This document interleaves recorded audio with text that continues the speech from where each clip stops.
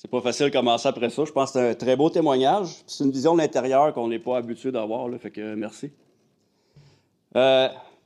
Service de police de Granby, sécurité des milieux, relations communautaires. Je m'occupe de l'équipe UNIR. C'est qui l'équipe UNIR? Ben, c'est 2 policiers socio-communautaires qui sont ici. Il y a Martin Foisy et Jonathan Lacaille. C'est quand même une équipe qui est restreinte de 2 personnes. Ils sont épaulés par une travailleuse sociale qui nous vient du CIUS, qui a ses bureaux au service de police, Mme Marie-Pierre Houle. C'est l'équipe qu'on a en place présentement là, pour tout ce qui est itinérance santé mentale. C'est eux qui vont intervenir principalement là, dans nos interventions. Au jour le jour, on collabore étroitement avec certains partenaires. Il y a l'équipe CIUS qui est ici aujourd'hui. Il y a le CIM pour nos cas de santé mentale, qu'on fait des appels téléphoniques, puis on suit quand même les dossiers là, quand même d'assez proches. Aussi, on participe aux tables là, avec les différents organismes communautaires. Je ne veux pas en oublier, mais généralement, les organismes qui sont au GAS, on partage beaucoup d'informations avec eux autres. On est sur des comités, la halte, on fait beaucoup d'échanges. Le but, c'est de se rapprocher des gens, puis comprendre un peu leur réalité, puis qu'est-ce qu'on peut faire pour les aider et vice-versa. Je pense que c'est quoi qui est quand même important pour nous autres. L'enjeu de sécurité publique, c'est sûr, le service de police, c'est quelque chose qui est très important pour nous autres. C'est un enjeu là, qu'on est toujours à la recherche de solutions. On essaie d'innover. On participe justement aux tables pour avoir des idées, voir un peu qu'est-ce qui se fait, c'est quoi le courant. C'est sûr qu'une table de santé mentale, c'est des priorités différentes qu'on va approcher avec eux autres. Une table de toxicomanie, avoir des approches un peu différentes. Donc, ça nous permet d'avoir des visions, d'établir un plan global d'intervention de notre côté. On est ici pour avoir des idées. C'est sûr que vous allez travailler en plénière tantôt, vous allez nous donner des solutions. On va regarder ça attentivement. Est-ce qu'il y a des idées qui sont bonnes? Il n'y a pas de mauvaises idées. Tout part d'une idée. Je pense que c'est important. Est-ce qu'il y a des enjeux? Ben oui. On parlait de la halte tantôt. Il y a des enjeux budgétaires, il y a des enjeux de personnel, il y a des enjeux logistiques. C'est des choses qu'il faut contourner, qu'il faut travailler avec. Je pense que c'est en travaillant ensemble, en collaboration avec tout le monde ici aujourd'hui qu'on va y arriver. On sait, l'itinérance, c'est un phénomène qui est nouveau. On ne voyait pas ça avant. Ben non, le 25 ans, c'était un peu plus cliché, ça a beaucoup changé, c'est ça qu'il faut retenir.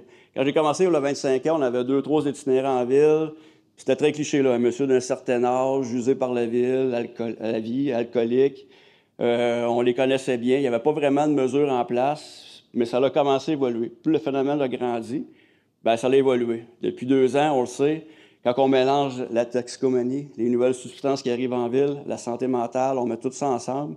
Ça fait une problématique qui a grossi, qui prend plus d'importance. On a vu le forum arriver.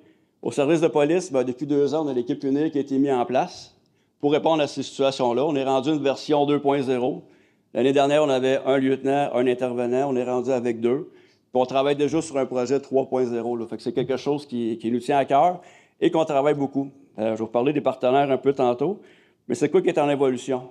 Pour la ville, un petit peu après UNIR, quelques mois après, il y a eu la médiation sociale qui est arrivée. Pas ce que Mme Rousseau occupe aujourd'hui. Donc, on travaille beaucoup en collaboration avec eux autres. Je pense que c'est des mots qu'il faut retenir aujourd'hui. Les grandes réalisations, il y a UNIR qu'on a mis en place il y a 2 ans. L'été passé, je pense, le grand projet commun qu'on a collaboré, évidemment, c'est la halte chaleur. Tout le monde l'a vu. Puis les défis que je parlais tantôt, des fois, faire des budgets, les ressources, la logistique. Il y a beaucoup de monde ici aujourd'hui qui ont mis beaucoup de temps dans ce projet-là. Un gros merci, je pense que ça leur a réussi à ouvrir. On participe là-dedans. Pas plus tard qu'hier matin, on avait une rencontre du comité pour des mises à jour, faire des suivis, encore apporter des solutions. C'est tout nouveau pour tout le monde, il y a des enjeux.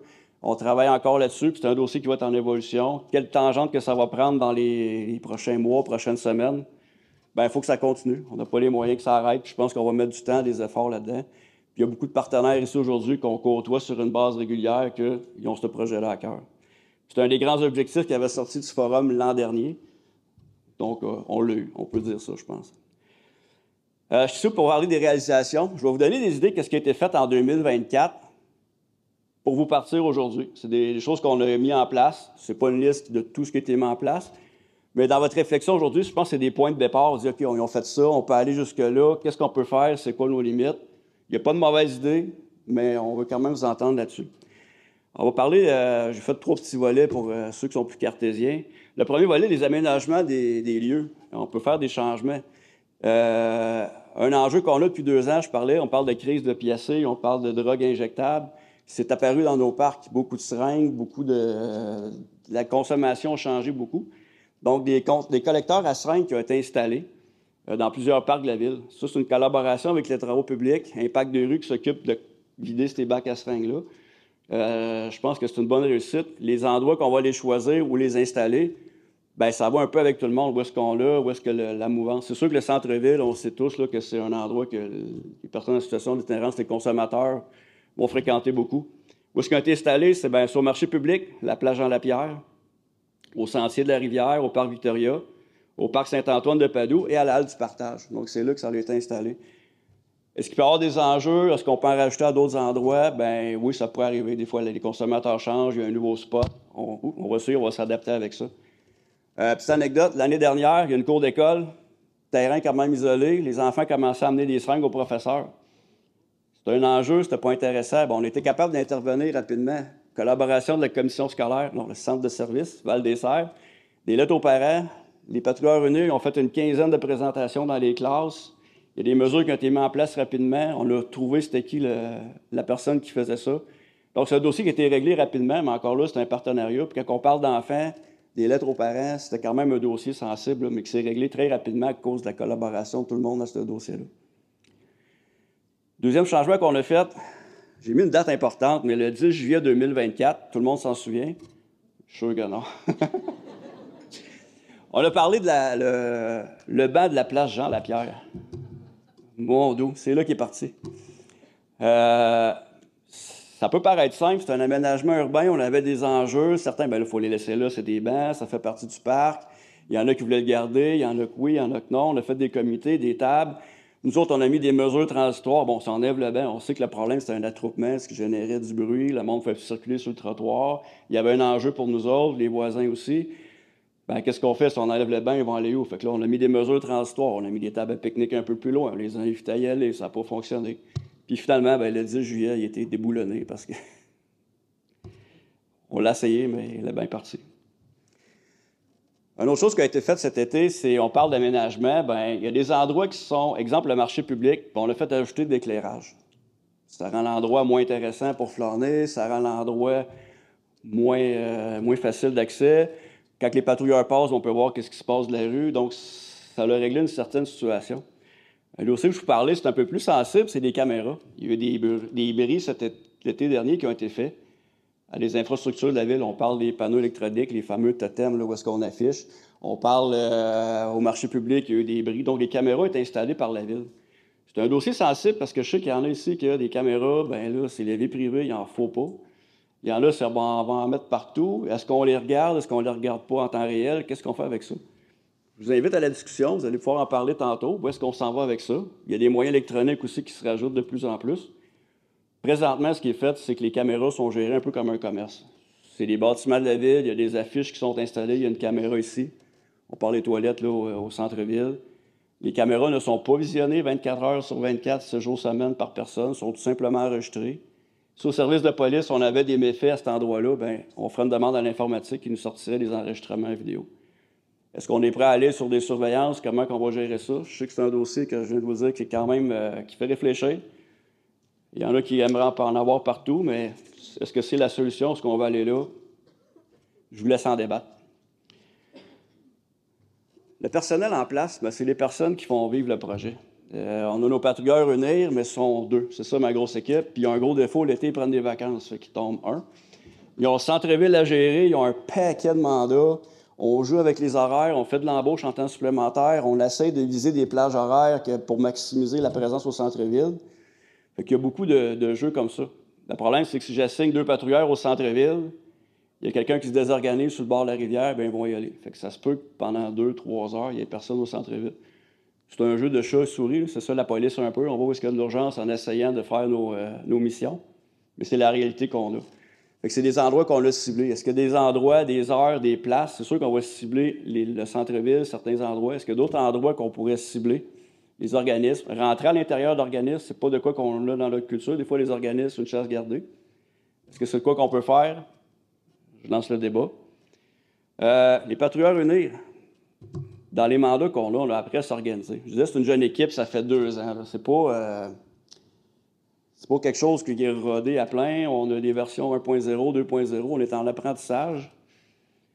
Mais les mandats de l'équipe UNIR, là, c'est de la santé mentale, l'itinérance, patrouiller le centre-ville, faire les campements, répondre aux appels de santé mentale, accompagner le personnel civil, accompagner les infirmières SUS, faire la résolution de problèmes, accompagner les travaux publics pour les runs de ménage qu'on fait avec eux autres. Il y a des mandats tout plein. Il faut s'organiser. On a des rencontres avec certains partenaires, on a des rencontres avec les gens de la ville pour faire la planification de ménage. On est à s'organiser. Présentement, on ne sera pas de cachette. L'équipe SUS est complète. On est en réorganisation un peu chacun de notre côté. Je pense que l'objectif, c'est de travailler ensemble et d'être prêts cet été là, pour arriver à faire de quoi qu'il y a de l'allure. Comme je dis, on apprend, on va regarder, on va évaluer, puis on grandit ensemble aussi là-dedans parce que l'équipe SUS n'est pas bien plus vieille que nous autres. Je vois des oui. C'est là que j'aimerais les remercier aussi. Là. On travaille avec eux autres, on a des défis, c'est pas une clientèle facile. Puis je pense que la collaboration, le partenariat, le partage d'expertise entre partenaires, les autres travaillent avec des travailleurs sociaux, puis c'est nouveau pour nous autres. On avait notre créneau, il y avait le leur.